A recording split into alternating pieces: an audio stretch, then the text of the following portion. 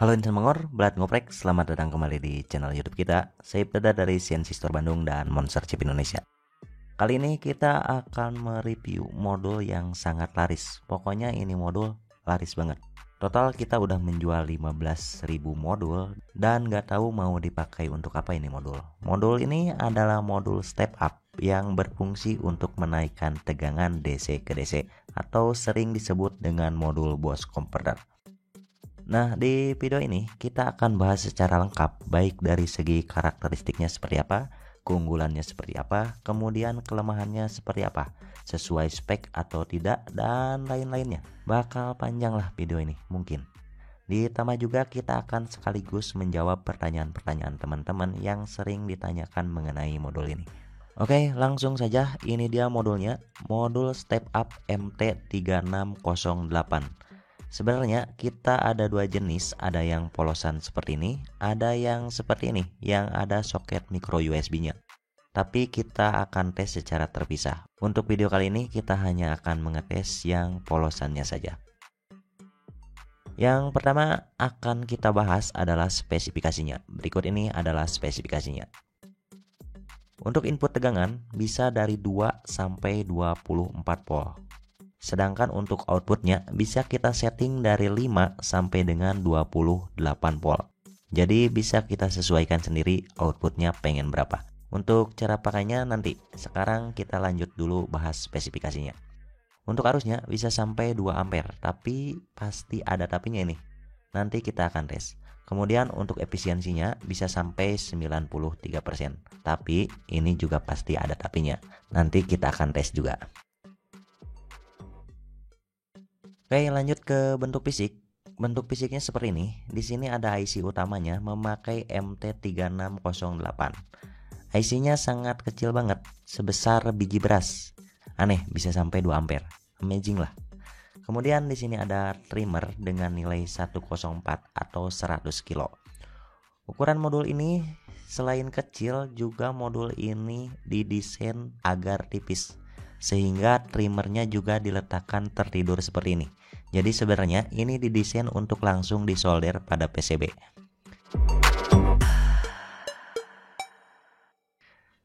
Untuk keterangan input dan outputnya sangat jelas tertera di bagian pinnya, jadi jangan sampai terbalik, karena jika terbalik bisa merusak modul ini.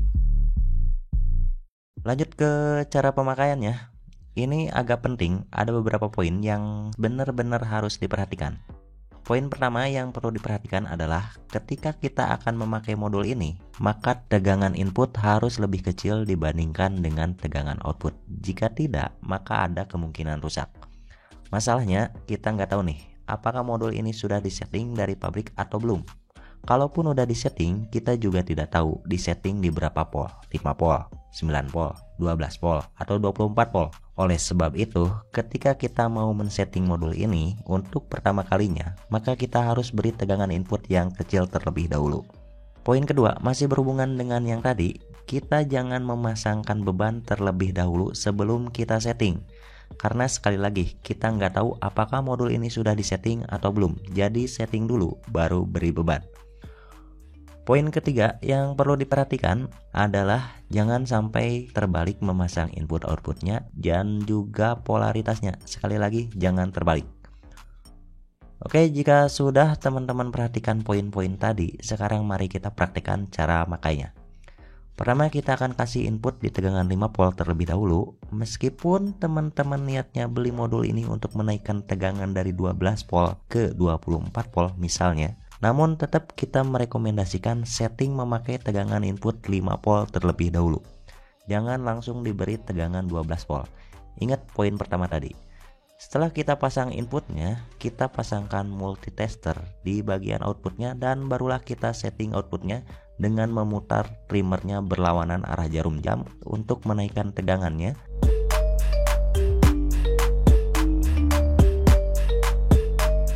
Dan searah jarum jam untuk menurunkan tegangannya.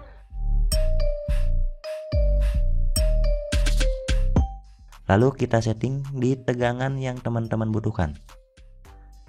Nah, ternyata di modul yang kita tes ini, awal tegangan outputnya disetting di tegangan 19 volt.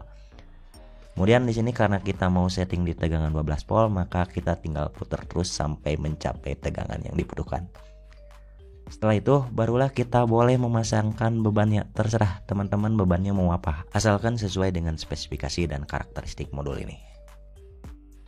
Sekarang kita lanjut ke pengujian dengan berbagai skenario agar kita mengetahui karakteristik dari modul ini, sekaligus menjawab pertanyaan-pertanyaan yang sering ditanyakan kepada kita mengenai modul ini. Skenario pertama, apa yang terjadi jika kita beri tegangan 2 volt atau kurang dari 2 volt? Apakah aman atau tidak? Ini sering ditanyakan ke kita karena ada kejadian memakai XL6009 itu tegangannya akan melonjak jika dikasih tegangan kurang dari 3 volt.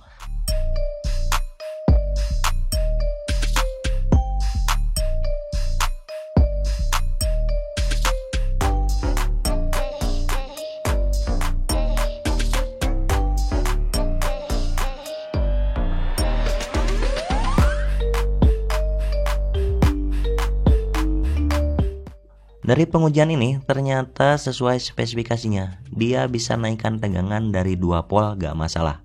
Dan jika kurang dari 2 volt, maka tegangan outputnya akan ikut turun di bawah tegangan inputnya. Intinya modul ini gak seperti XL6009 yang tegangan outputnya naik secara tiba-tiba jika tegangan inputnya di bawah 3,2 atau 3,4 volt. Jadi modul ini aman, sangat aman. Skenario kedua, kita akan beri tegangan input 3,7 volt 10 ampere. Anggap aja ini baterai tipe 18650. Kita akan naikkan ke tegangan 5 volt. Pertama, kita akan setting dulu di beban 1 ampere dan berikut ini adalah hasilnya.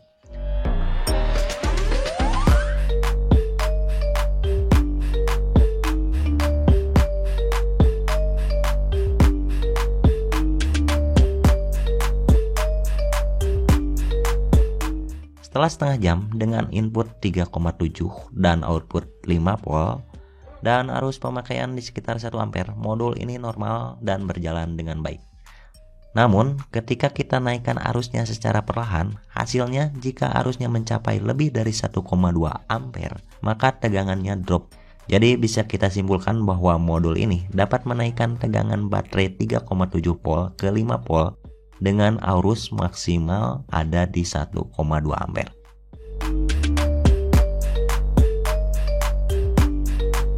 Skenario selanjutnya masih dengan tegangan baterai 3,7 volt. Sekarang kita naikkan ke 12 volt, maka hasilnya adalah seperti ini. Untuk skenario ini, maka arus yang mampu dihasilkan hanyalah 300 mA. Dan jika kita memakai arus lebih dari itu, maka tegangannya akan drop.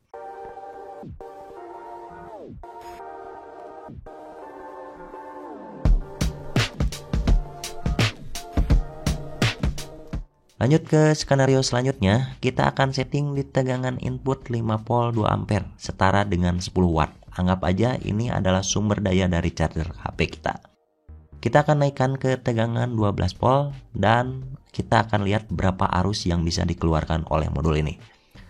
Pada skenario ini, maksimal arus yang bisa dihantarkan adalah sekitar 600 sampai 700 mA. Di sini kita akan tes agak lama untuk melihat suhunya. Dan setelah kita tes, kelihatannya ini aman-aman saja. Nah, dari semua simulasi, kita nggak nemu kasus modul ini bisa mengeluarkan arus hingga 2 ampere. Padahal speknya 2 ampere. Minimal mendekatilah. Apakah ini spesifikasi palsu? Ternyata nggak. 2 ampere itu bisa teman-teman dapat jika simulasinya seperti ini.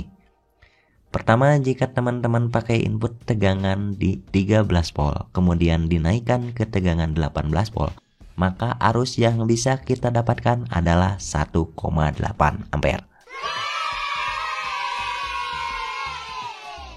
Kemudian, jika kita pakai untuk menaikkan tegangan dari 15 volt ke 18 volt, barulah kita bisa mendapatkan arus 2 ampere.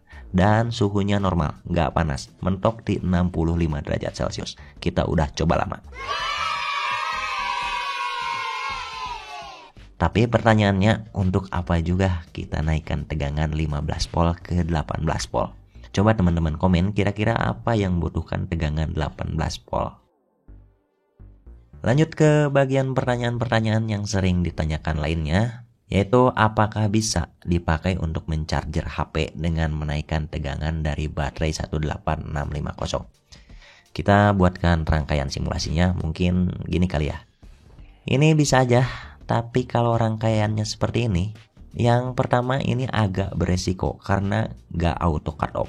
Intinya ini nggak ada proteksinya, apalagi kalau HP-nya itu HP lama yang nggak punya proteksi juga, bisa overcharging. Intinya kita nggak rekomendasikan rangkaian ini. Apakah bisa ngecas aki pakai sumber tegangan dari charger HP? Mungkin simulasinya kayak gini. Mungkin. Ini charger HP, kita naikkan pakai modul ini ke tegangan 14,2 volt atau 15 volt. Ini bisa aja sih, tapi bakal lama banget apalagi kalau akinya itu memiliki AH yang gede. Ini bakal lama dan juga beresiko malah charger HP-nya yang duluan rusak. Oke, lanjut ke kesimpulan. Kesimpulannya, apakah modul ini bagus? Mengingat harganya yang sangat murah, jelas modul ini sangat bagus jika dipakai sesuai dengan spesifikasi dan karakteristiknya. Maka modul ini worth it banget. Namun dengan catatan, jika teman-teman mau pakai modul ini, maka teman-teman harus benar-benar memperhatikan mau dipakai untuk apa, bebannya apa, dayanya berapa, arus yang dipakai berapa. Jika modul ini memenuhi kriteria baik dari segi spesifikasi dan karakteristiknya, maka modul ini sangat bagus. Namun jika tidak sesuai, maka jangan pakai modul ini. Keunggulan lainnya dari modul ini, selain harga, ternyata proteksi short circuitnya jalan, proteksi panasnya juga jalan. Ya oke lah. Keunggulan selanjutnya, modul ini nggak seperti modul step up XL6009. Ini aman jika kita beri tegangan input kurang dari rekomendasinya, yang berarti ini aman jika kita pakai untuk menaikkan tegangan baterai 18650. Lanjut ke kelemahan modul ini. Kelemahannya adalah kadang mungkin teman-teman terjebak dengan spesifikasi yang ditulis yaitu 2 ampere. Padahal arus 2 ampere itu baru akan tercapai jika simulasinya kita akan menaikkan tegangan dari 15 ke 18 volt. Jadi apakah 2 ampere itu spesifikasi marketing? Kita bisa bilang ya, itu spesifikasi marketing. Karena mungkin kebanyakan teman-teman akan pakai modul ini untuk menaikkan tegangan dari baterai, charger HP, atau adaptor 12 volt. Jarang banget ada yang pakai untuk menaikkan tegangan dari 15 ke 18 volt. Besarannya nggak umum. Namun bagaimanapun balik lagi ke harganya, ini worth it banget. Baiklah teman-teman, itu saja pengujian kita kali ini. Udah 2 hari kita nyoba modul ini. Next kita uji satunya lagi yang pakai soket micro USB. Apakah lebih bagus atau sama saja? Kita tunggu aja videonya. Jika ada kesalahan dan kekeliruan, kita tunggu koreksinya di kolom komentar. Dan jika ada pertanyaan, silahkan cantumkan juga di kolom komentar. Saya Ibtada dari CNC Store Bandung dan Monster Ship Indonesia. Hatur nuhun dan salam ngoprek.